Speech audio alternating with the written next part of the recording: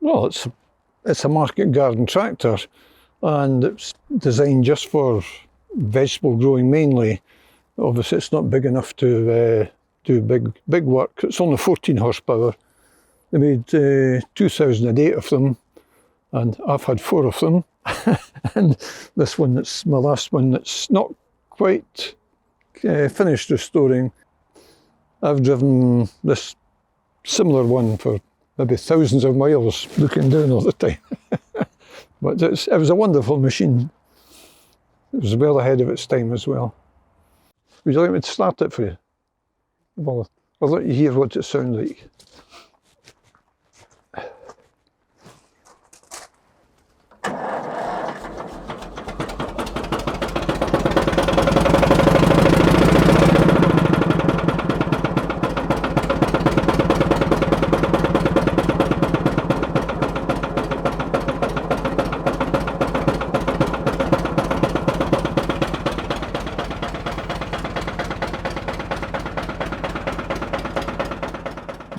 The Garden of Scotland, East Lothians. It was the best soil you could get in Scotland. I mean, it really was. There was literally hundreds of growers, from somebody with half an acre up to somebody 500 acres. Well, we had so many things to do. I mean, cabbage, cauliflower, leeks, lettuce, turnips, sprouts, with such a variety. And we also had something different to do. And my brother drove along the middle, so we had a middle road, but had acre lots, so we knew, okay, we can have an acre of that, an acre of that, and it was just easy, keeping a record of things. And this is when the Brussels sprouts were finished, rotivate them in. This is ploughing, which latterly became part of the open cast coal. They're called a rotera. That's the only time I'm in it, my shadow. Just looking at soil, you can tell it's good. Because someone, it's rough and it's clay and all this, but it's just beautiful soil, that's it. Long ago, well, there were so many horses going about in Edinburgh, I mean, so obviously there was a lot of dung, or so I say manure about, so it was a constant job to keep the streets clean, so they called it Polish dung. I don't know why, because it was police horses, and it used to be brought out, so whether that contributed or not, I don't know. Oh, when you think, I mean, hundreds of horses, just like your taxis and buses nowadays, I mean, they would be knee deep in fertiliser.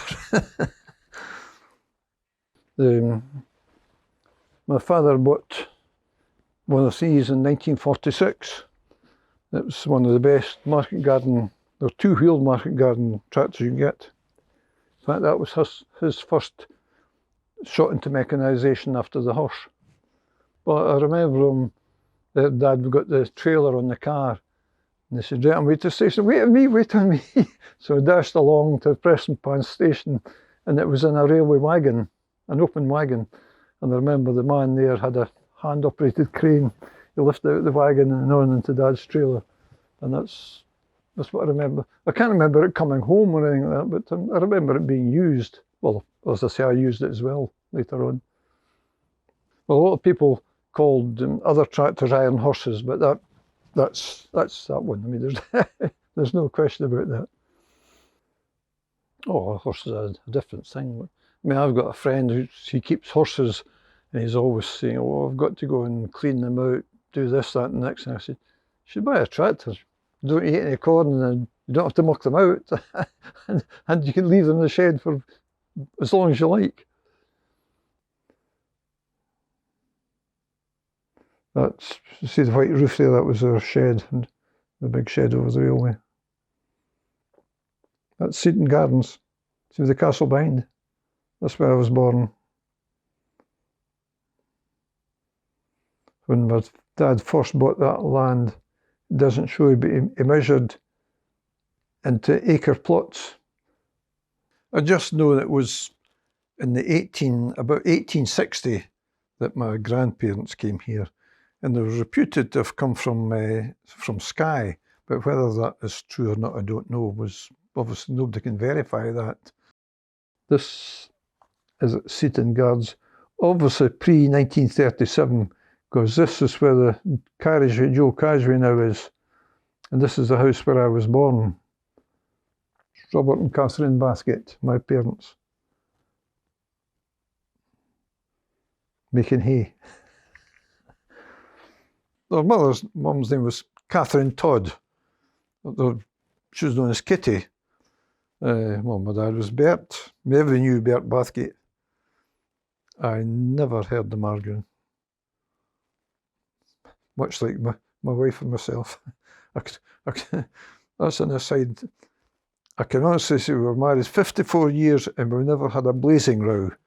The biggest row I can remember was I came home one night and she had a suede turnip. I said, where'd you get? I bought it. I said, we've got 4 bloody acres of them. I put it in the bucket. I think that's... She said, but you never bring any home. I was annoyed that she'd paid for a turnip. We had fields of them. I can't explain it. I just wasn't interested in school. I was glad to leave. Couldn't leave quick enough. I enjoyed the technical, you know, metalwork, woodwork and technical drawing, this sort of thing. I've often thought it can be a disadvantage going to family business because you sort of, your mind is sort of preset, as it were. Whereas if you've got an open mind, you look around and I never thought of looking around for another job. The whole family, the whole Bathgate family have been very mechanically minded. It's a simplicity. There's the same idea, you'll hear it. That's a clicker there to regulate the seeds. I don't know if you can see. You can see. And that just lets the seeds drop in.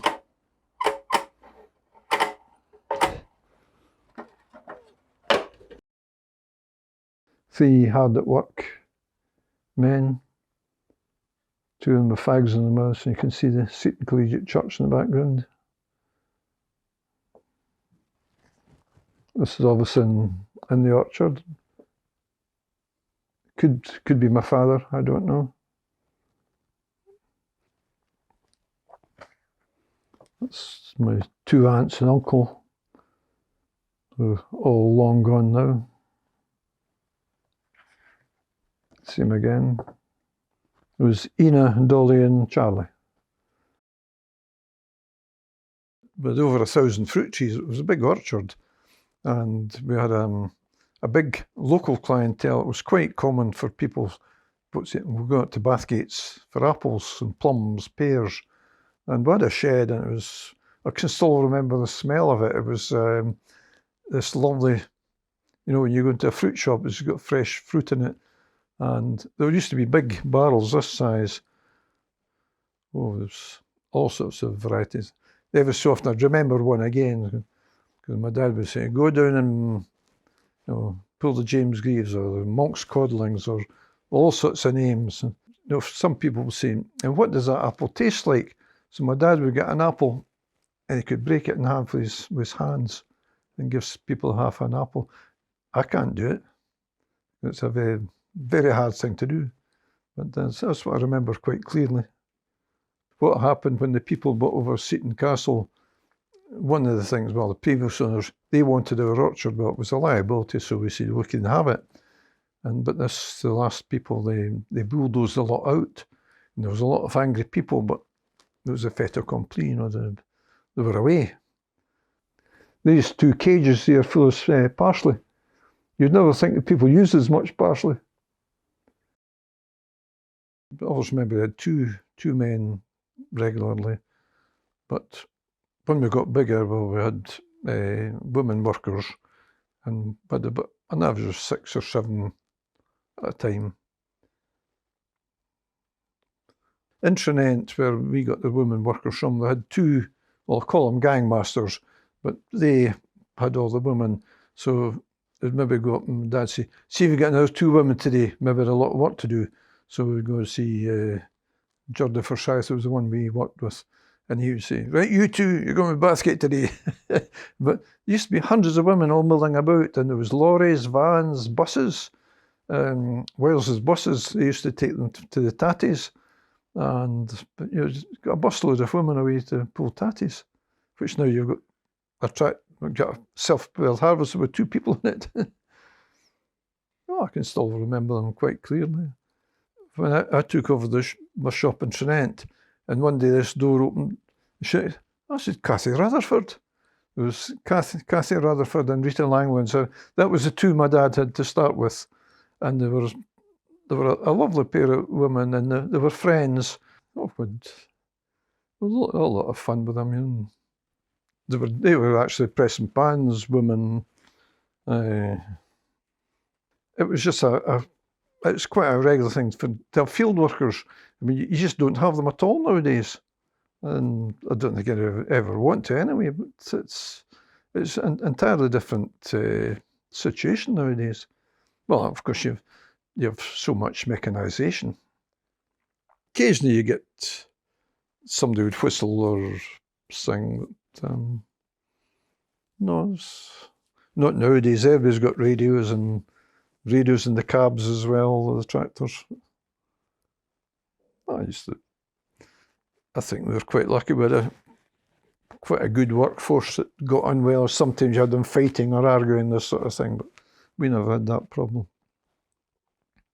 I know there was one grower, well, I won't mention the name, but used to go into his workers for talking and laughing.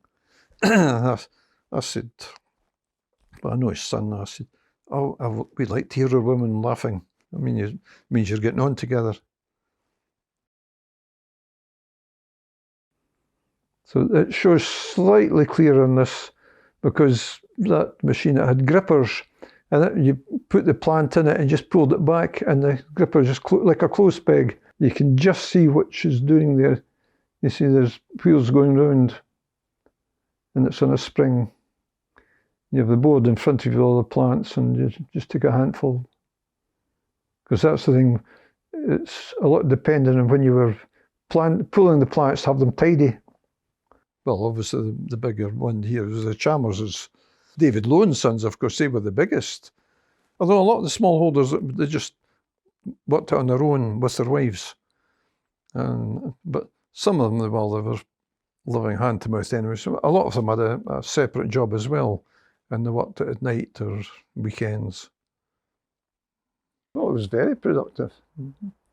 In the summer, in the strawberry season, it was quite something, because in Market Street there was about a dozen different firms. Every night, fleet of lorries went out around all the holdings to collect the strawberries. You know, it was, nobody goes out. Well, there's no strawberries grown. Unfortunately, most of them are imported and they're tasteless. The whole of Market Street was markets. I mean, there was, well, on the bridge there was Mrs. Malloy. She was a wee sort of independent one. There was James Lindsay, their biggest one. Central, Rankins, Glasgower, Veachmoyer, Andrew S. Clark, Philip Glass. I'd say there was a dozen firms there. And of course it was chaos because the main bus garage in New Street, all the buses came through. And of course it was pandemonium. But we used to have our name on the side, but to reduce price we just put it on the end there. Can you see that?